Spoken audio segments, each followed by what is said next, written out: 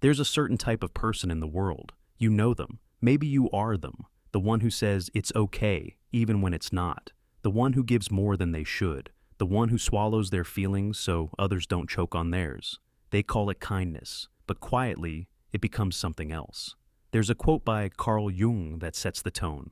The most terrifying thing is to accept oneself completely. Because when you're too nice, you slowly stop accepting yourself at all. And this is the story of how that happens. It always starts small. A friend asks for a favor. You rearrange your day. No big deal. Then they ask again, and again. And each time, you shrink just a little bit more. Not because you want to, but because you're afraid of what no might cost you. This is the first betrayal. Not theirs, yours. You betray your own boundaries to keep the peace. And the world learns a dangerous lesson. Your comfort is negotiable. There's a mask that too nice people wear. It looks like politeness, patience, empathy, but beneath it is something darker. Fear. Fear of disappointing people, fear of conflict, fear of being misunderstood, fear of being seen. Niceness becomes armor, but armor comes with a cost. As the novelist Anais Nin wrote, "We don't see things as they are, we see them as we are. So you try to be what you think others want, and lose sight of what you are." Here's where things turn. At first, people appreciate your generosity. They admire your softness, your reliability, your calm. But slowly, it fades. Not because your kindness is wrong, but because it becomes expected. People stop thanking you. They stop noticing. They stop asking. They assume. You become the default helper, the strong one, the available one. But the truth is simple.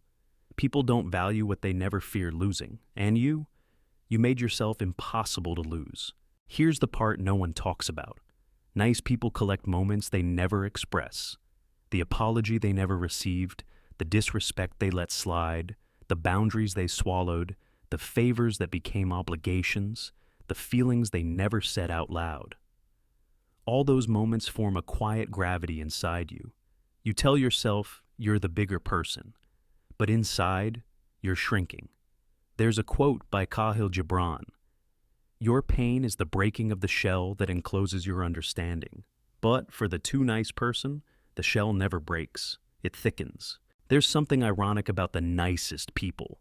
They often carry the deepest anger, not explosive anger, not loud anger, not destructive anger, but silent resentment.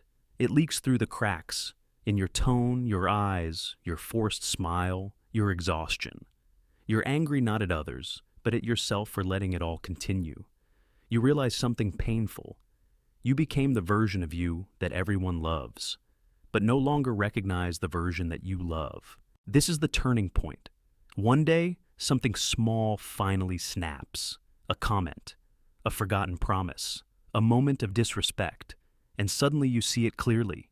You weren't being kind, you were being afraid, you weren't being generous, you were trying to earn approval, you weren't avoiding conflict, you were avoiding yourself.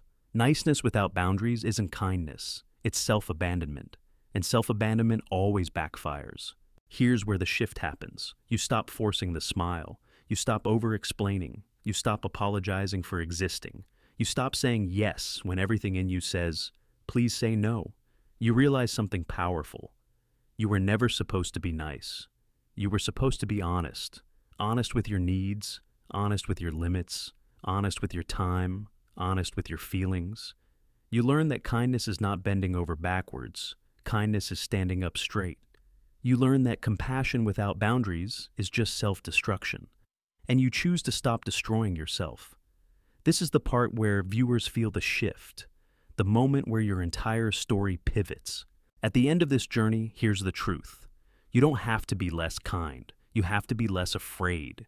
You don't have to stop giving. You have to stop giving yourself away. Kindness is beautiful, but kindness with boundaries, that's powerful. And like Rumi once wrote, set your life on fire. Seek those who fan your flames, not those who expect you to burn yourself out to keep them warm.